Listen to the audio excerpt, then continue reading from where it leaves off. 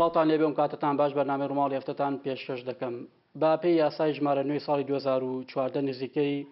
149,000 خانشین لە هەرێمی کوردستان موچەکانیان هاوتای عێراق ئەمە جگەلەوەی کە بەشێک لە موچەخۆرانی پلەتایبەت و هەموو ئەوانەی کە پێش 2014 خانشین بوون بڕی 100,000 دینار وەکو مێنحەی مانگانە پێیان دەدرێت. من بۆ دوایین زانیاری و ئەپدەیت لەسەر پرۆسەکە و ئەو خانشینانەی کە تاکو ئێستا موچەکانیان هاوتا نەکراوە هۆکارەکە چییە؟ بەڕێوەبەری خانشینی سلێمانی جێگری بەڕێوەبەری خانشینی سلێمانی میوانمە و وەڵامی پرسیارەکان لەو بارەوە بە وردی وەردەگرم. بەڕێز کاوە ئەحمەد جێگری بەڕێوەبەری خانشینی سلێمانی سپاس بۆ ئەم دەرفەتە. بەخێر بێت. زۆر سپاس. دوایین زانیاری و ئەپدەیت لەسەر پرۆسەی خانشینبوونی فەرمانبەرانی هەرێمی کوردستان چییە؟ ئەو پرۆسەی کە دەستان پێکوەک و خۆی جێبەجێ کراوە یاخود هێشتا ماوێتی؟ بەڵێ ساڵ بە جەنابتان. تەمەەن چەندوانێک پێش ئێستا هەر لەم بەرنامەی جەنابتەوە ئێمە هاتین باسی چۆنێتی هاوتاکردنی موچەی خانشینمان کرد بە پێی یاساکەی عێراق. هاتین ئەوانەی کە لە 2014 بەرەوژوور کە خانشین بوون زیاتر یاساکەی گرتنیەوە. خۆی بەعام هەموو خانشین سوودمەند بوو لەو وەزعی زیادبوونە. بەڵام ئەوەی کە قەرارەکە بۆ ئێمە هاتبوو لە 2014 بەرەوژوور یاساکان بەسەرا تەطبیقکەن. ئەو کە کردمان. بەڵام خۆشبەختانە ئێستا ئەوەی کە لە خوار 2014ەوە فەرمانش بۆ ئەنە دەرچووە وەک ئەوانەی 2014 بەرەوژوور هاوتا بکرێتەوە. بەڵام یەک تۆز جیاوازی هەیە لەم بەینە ئەوانەی کە 2014 خانشین بوون ئێمە هەستاین 36 مانگ پێش ئەوەی خانشین بێ بە ساڵێک کۆی 36 مانگمان وەرگرت تەقسیمی 36 مانگمان کرد کۆی ئینەکە دەرچێت. یان با بڵین سەرموچەی بۆ دەرەچێت یانەوە کۆی گشتی موچەکەیەتی. بەڵام ئێستا ئەمانەی کە خوار 2014 هاتوین ساڵێک پێش ئەوەی خانشین بێت هاتوین ئەخیر سەرموچەیمان وەرگرتووە. ئەوە کردومانە بە بنمایەک بۆ یاساکە کە پێ جێبەجێ بکەین. هەمان ڕێژەوە هەمان نەتیجەی ئەو بڕەپارەی دەدەچێت کە خانشینێک لە دوای 2014 وەری دەگرێت. بەڵێ بەڵێ هەر بە هەمان یاسای ئەوانیش ئیشی لەسەرکرێت بۆ موچەوەردەگرن. بەڵێ کاکاوە ئەو بەرگە و خاڵانەی کە فەرمانبەرێک لە دوای خانشینی سوودی لێ وەردەگرێت یا خۆک و مەکرمەیە بۆی دەمێنێتەوە چییە؟ وڵاتە نەهارەوەی ئیکرامیەکەی وەرەگرێت. تەبەن ئێستا بە پێی یاسای عێراقی 12 مانگ ئیکرامی وەرەگرێت یعنی موچەی تام وەرەگرێت. بەڵام لە کوردستان ئێمە حکوومەتی هەرێم 6 مانگ ئەو موچە سەرفەکە 6 مانگی موچەی بنەڕەتی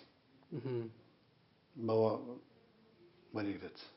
لە دوای یاساکە ئەمە ڕێکە بێتەوە لە دوای جێبەجێکردنی یاساکە ینی ئەو 12 موچەیە کە وەکو ڕاژەی خزمەتی فەرمانبەرەکە بۆی دەمێنێتەوە لە کۆتاییە بەیەکەوە دەدرێت بە فەرمانبەرەکە یاخود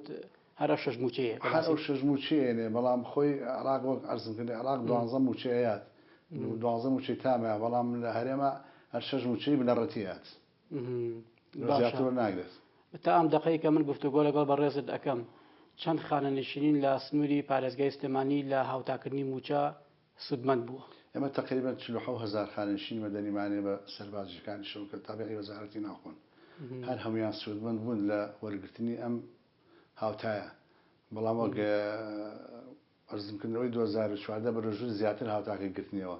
ئێستا بۆ مانگی یەکی شەڵا بێدەواری کە تەواوێت ئەوانەی خوا لە 2014ەوە کە باشە سوودمەند نەبوون بە تەمای لەوە بوار بکەین. ئەوانەی کە لە مانگی یەکەوە ئەگەر موچیان بۆ خەرج بکرێت چەند مانگ وەردەگرن موچەکە بەسەرێکەوە؟ لە یەکی حوتی 2024ەوە تا سیوێکی 2024 و نامەدەیەکەی زایدن ئەو مانگشی کە موچەکەی پێوەردەگرن. لە هەمان ئەو کاتەوە کە موچەی خانشینانی مەدەنی زیادی کردووە ئەمانش موچەکانی وەردەگرن بە هەمان شێوە؟ ئەیتەوان بۆ گوار وەرەگرن. بەڵێ باشە. ئێستا چی ماوە پرۆسەکە بۆ ئەوی بەتەواوی جێبەجێ بکرێت؟ وەڵا پرۆسەکە بۆ خۆی جێبەجێ کراوە. لیست و ناوەکان وەکو خۆی ڕۆشتووە بۆ بەغدا؟ بەڵێ هەر چێشتمانی هەموو مانگی ئێتیادی لە کاتی خۆیان ئەدرێ بە قەزێنە موچەکە قایمە. کاکەوە لە کاتی وردبینی ئەم دۆسییانە و ئامادەکردنی فایلی فەرمانبەرانی خانشین هیچ دۆسەیەک هەبووە کەم و کورتی ئەوەی تێدا بوو بێت کە بۆ نمونە ڕەبزیە نابێت یا خود ئەم زیادەی خانشینە نەیگرێتەوە؟ نا بەنسبەت دێمەوە ئەو کەم و کوڕانی تیانێت چونکە ئەمە هەمووی بە یاسا ڕێکخراوە باشە هیچ کێشێکمان نییە لەوەی کە خوا نەخواستە کێشەیەک لە دۆستەکانیان هەبێ و یان زیادبوونی بەرز و نزمی خزمەتەکانی تیاابێ مەبەستەوەی کاکەوە ئەنی قسەشەکەی ئەم پرۆسەیە تۆزێک پرۆسێکی ئاڵۆز و بیرکاریانەیە یعنی شتێک دروست نەبوو کە بوونەوە ڕێگر بێ لە کارەکانی ئێوە ناوەڵای ئەمە بەیش ڕێگر نەبوو لە کارێمە بۆ ئەم قسەیە بۆ هەمان بۆ هەولێر بۆ دهۆک بۆ پارێزگەکانی دیکەش ڕاستە ینی هەمان بە هەمان شێوە بە هەمان تەنزیم بە هەمان یاسا ڕێکخراوە و هەرێمی کوردستان لەژێر یەک چەتی بڕیارەکایە باشە بڕارێکی دیکە هەبوو سەبارەت بۆ فەرمانبەرانی کە بۆ ماوەیەک لە داوامی فەرمی دابڕابنیان فەسڵکرابنیان بە هۆکارێک بوو بێت یاساکەش کۆمەڵ ڕێوشون و هۆپێناوی دانابوو بۆ خانەنشینبوونی ئەمانە چۆن مامەڵی لەگەڵ ئاکرێت تەوان یاساکەی عراقی کە ئێستا دەرچووە ئەڵێ ئەو کەسانەی کە لە ساڵی 90ەکانەوە مەسەلەن فەسڵ کراوە لە فەرمانگەکان ئایا باش هۆکارە بێ پەیوەندی نەماوە بە فەرمانگەکان ئەبێ بەلانی کەمەوە تەمەنی 50 ساڵ بێت 20 ساڵیش خزمەتی هەبێت 50 ساڵ تەمەن 20 ساڵ خزمەت ئەمە بۆ ئەو فەرمانبەرەیە کە لە خۆی بە تەدریجی و لە دوای تاوابوونی ڕاژەکەی خانەنشین دەبێت یاخۆ بۆ ئەوانەیە کە دابڕاون نا ئەوەی کە ئێستا خۆی لە دەوامە شتێکی کەیە مەسەلەن خۆی لە دەوامە بێ ئەتوانێت تەڵەب کات بۆ خانەنشینبوونی بە دوو فەقەرە ئەتوانێت بیکات ئەگەر تەمەنی 50 ساڵ بێت خزمەتی 15 ساڵ بێت ئەمە خانشینی گرێتەوە ئەگەر 45 ساڵ تەمەنی بێت 25 ساڵ خزمەتی بێت ئەوەش هەر ئەتیادی یاساکە دەیگرێتەوە ئەی بۆ ئەوانەی بۆ نمونە بەهۆی هەر هۆکارێک بوو بێ لە قۆناغێ لە قۆناغەکان دابڕابێ لە وەزیفەی گشتی ئەمە چۆن مامەڵی لەگەڵ ئاکرێت ئەوانیش تەوان ئەوەی کە عەرزی جەنابتانم کرد ئەوەی کە فەسڵ کرابێت لە ساڵی 90ەکان و تا 2020 ئەبێ بەلانی کەمەوە 50 ساڵ تەمەنی بێت 20 ساڵ خزمەتی بێت یعنی 20 بە 50 ئەوەی کە فەسڵ کرابێت لە فەقەرێکیکە ئەوەی لە دوای 2020 ئەوەی کە وتم پێش 2020 ئەوەی لە دوای 2020 کە فەسڵ کرابێت ئەبێت 45 ساڵ تەمەنی بێت 15 ساڵ خزمەتیشی بێت اینجا یاسای خانشینەکە دەیگرێتەوە ئەم فەسڵانش محدودە پارەکەیان ینی لە 500 کەمتر نەبێت ینی موچەکەی دیاری کراوە بەڵێ موچەکانی دیاری کرا بۆ عەزل فەسڵەکان هیچ ژمارێکتان لایە ئەو فەرمانبەرانی کە بوون لە دوای ئەم بڕیارەوە پەیوەندیان بە ئێوە کردبێت بۆ خانەنشین بوون ئەوانە مەگەر معاملەکانیان بێننەوەی لای ئەمە ناکرێت کابرا لە فەرمانگەی خۆی ئەگەر فەسڵ کرابێت ئەبێت لە فەرمانگەکەی خۆیەوە بەرزیگەن ڕفێکەن بۆ وەزارەت و موافقەتی بۆ بکەنی جابێتەوە لای ئێمە ڕاستەخۆ معاملەیان نایەتە لای ئێمە ئیلا بێ ئەمری فەرمان و وەزارەت و بڕبراتی گشتی هەولێر موافقەتی لەسەرکە کاکەوە تەسەور دەکەی نمونەی وامان هەبێ لەو ڕێژەیە ینی بەم شێوەیە کە کاتی خۆی ئەبێت هەیە بڵێ چۆن باشە لە دوای خانەنشینبوونی ئەم فەرمانبەرە چی بۆ حساب دەبێت لە ڕووی دەرماڵە خوێندن پێم وابێ یاساکەی عێراق جیاوازە لە یاساکەی خۆمان کۆمەڵی وردەکاری دیکەی تێدایە هەموو ئەمانە حساب دەکرێت بۆ خانەنشینبوونی فەرمانبەرەکە ئەخر ئەوانەی کە فەسڵ کراوەیان ئەوەی کە لە دەوام ئەوەی کە لە داوامان ئەوەی لە داواما بێت بەڵێ ئەوەی لە داواما بێت تەمان هەموو امتیازاتێکی خۆی هەیە وەرێگرێت ینی وەنی بڵێ کە وەری نەگرێت چەند خزمەتی هەبێت چەند شەهادەیە بێشتی خۆی بێ ئەتیادەمی وە حساب بکرێت کەواتە بەم پێوەرە بێ کەمترین موچەی خانەنشینی چەند دەبێت لە مەدەنیە لە مەدەنیا لە ئەوەی کە خۆی مابێت لە حیاتە لە 500 کەمتر نییە کەمترین موچەمان لە 500 کەمتر نییە ئەو 100,000 چییە باز دەکەوت ئەو من هەیە على سازی عێراق دایناوە بە جودەرێکی خاص دایناوە بۆ کەشمولی خانشینان بکرێتەوە ئەو 100,000 ئێستا خانشینانی مەوری دەگرن بەڵێ بەڵێ هەمووی وەری دەگرێت باشە ئەی بۆ موچەی خانشینانی سەربازی دواکەوت ئەم پاکێجە هیچ ئیشی لەسەر کرا یاخود ئەمان چاوەڕێ بڕاری حکوومەتی عێراقن بۆ ئەمە هەتا ئەم ساتە وەختە ئەوەی کە من بزانم لەم لاولە هیچ قسە باسێک لەسەر زیادبوونی خانشینی پێشمەرگە نییە هۆکارێک هەیە بۆ ئەمە کاکاوە ئەوە زیاتر ڕەبتە بە حکوومەتی هەرێمەوە خۆی بۆ زیادی ناکات باشە ئەی بۆ خانەنشینانی ئەمە سەربازێکە بۆ پلە تایبەتەکان ئەی پلە تایبەتەکانیش ئێستا کراوە بە یاسای خۆمان بە یاسای عێراقی کراوە عینەن خانشینی مەدەنی بەس بەڵام کۆی دەرماڵە لە ماوەی چەند ڕۆژی ڕابردوو وەزارەتی دارایی ڕاگەنداوێکی بڵاو کردو باسی لەوە کرد کە کۆمەڵک لە تایبەت ماون لە پارێزگاکانی دهۆک و هەولێر ئەوان خانەنشین نەکراون ئەوانی سلێمانی کراون هەمووی ئەوانە سلێمانی کرا بۆ یاسای عراقی بەلەوەیان کراوە خانشینی هاوڵاتی هەمان پاکێجەیە خۆ جیاواز ئەویش کاکەوە لە ڕووی چۆیان لە ڕووی هاوتاکردنی موچەوە ئەوان دەگرێتەوە یان لە چوارچەوەی سەربازی حسابی بۆ دەکرێت بەدەنەکان بەبەستیانی شارستانی هاوڵاتی جۆرێک لە خانشین هەیە پێدەوری خانشینی هاوڵاتی ئەوانەی بۆ نمونە پێشمەرگە بۆ بەڵام لە نەخۆشخانە کۆچی دوایی کردووە ئێوە ئەمە لە فەلای ئێوە یاخود ئەمە لە وەزارەتی شەیدانە نا ئێمە کاری بەس شارستانیەکەین ینی ئمە پێویستمان بەسەر خانشینی پێشمەرگەوە نییەکە پێشمەرگە بێت یان شەی ببێیان کۆچی دوایی کرد بێ دەستی ناگاتە لای ئەمە ئیلا لەسەر شارستانەکانی مەقسەد ئیشەکەین باشە تەمەنی خانشینی گۆڕاوە کاکەوە بۆ نمونە ئەوانەی لە دوای 2024ەوە خانشین دەبن یاساکە چۆن مامەڵە دەکات بۆ نمونە ئەگەر خانشینێک بۆی خۆی خانشین بکات چۆنە بابەتەکە ئەبێ 50 ساڵ تەمەنی بێت 20 ساڵ خزمەتی بێت ئەی بۆ ئەوانەی کە کێشەیەکی تەندروستیانە ئەوانەی کە بۆ نمونە پاڵپشت بە راپۆرتی پزیشکی هیچ لەم گۆڕانکاریانە کە موزیات دەکات ئەمانیشتەوان ئەگەر نەگەشتنە 50 ساڵ و نەگەشتنە 20 ساڵەکە ئەوە بە پێی یاسای تەقریری تۆبی بەڵێ توانن لە شوێنی خۆیان و ڕفعی وەزارەتی بکەن ئیشیان بۆکەن ئەگەر تەمەنیشان نەگاتە 50 ساڵ و نێژگاتەوە خزمەتە ئیشیان بۆ دەکرێت ئیشەکە بە هەمان شێوەیەکی خانشینی مەدەنی خانشینانی پێشووترانی جیازی تایبەتی هەیە یانەوە تەقریری تۆبی هەیە کاک باشە ئێستا ژماری خانشینان لە هەرێمی کوردستان بە کۆی گشتی چەندێکە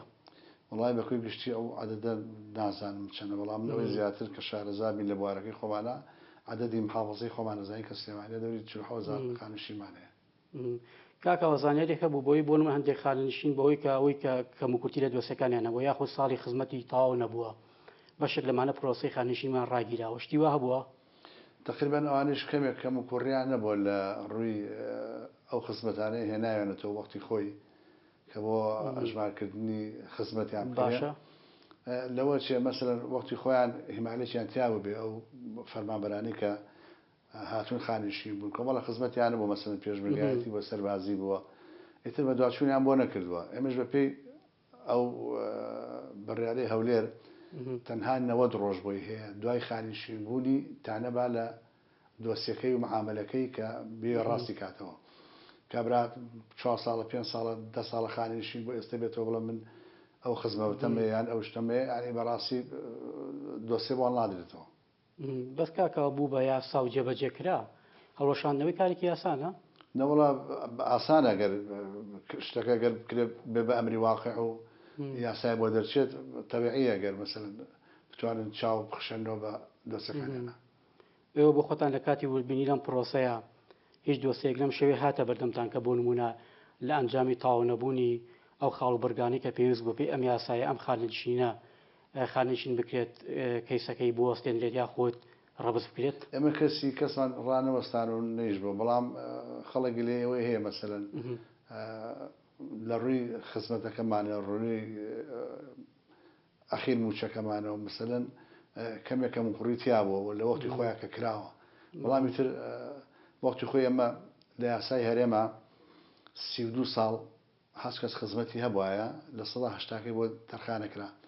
ئیتر بە دوای ئەو 32 ساڵان نەئەچوو چەندی کە خزمەتی هەیە نیەتی من سێرەشە بۆ بەخۆم دروستکەم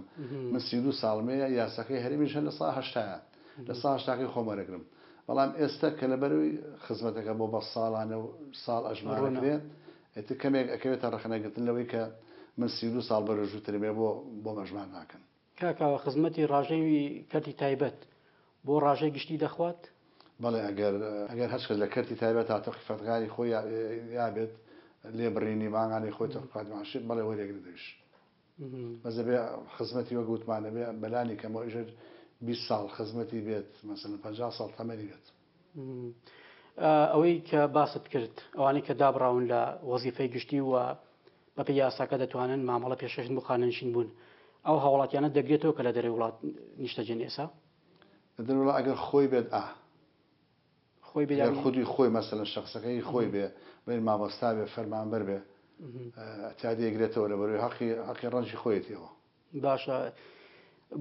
هیچ ئیختیبارێک و هەڵسەنگاندن و چاوپێکەوتنێکی تێدا دەبێت بۆ ئەوانەی کە دابڕاون کە لە کاتی مامەڵەکانیان بۆ نمونە بۆ ئەوەی بزانرێت ئەم کەسە فعلەن ئەو کەسەیە کە پێشتر لە وەزیفا بووە. طبعا ئەو کەسێک کە یەتەوە بێ خۆی بێت مەعاملەکە خۆی بێنێتەوە بۆ خانەنشین شخصەکە خۆی بێت تەواجودی هەبێ مۆجودی بێت جاتوانی شەی بۆ بکەین. یەک دوو بسارمەوە سەبارەت بە شێوازی وەرگرتنی موچەی خانەنشینی لە ماوەی ڕابردوو گلەیەکی زۆر هەبوو کە بەشێک لە موچەخۆران لە شێوازی وەرگرتنی ئەم موچەی ناڕازی بن بەوەی کە لە بەردەم بانکەکان قەرەباڵخی و سەرشتێکی زۆر هەم بۆ کارمەندانی بانکەکان و هەم بۆ خانەنشین خۆی دروست دەبوو. دەکرێت بە ئەلکترۆنی ئەم موچەیە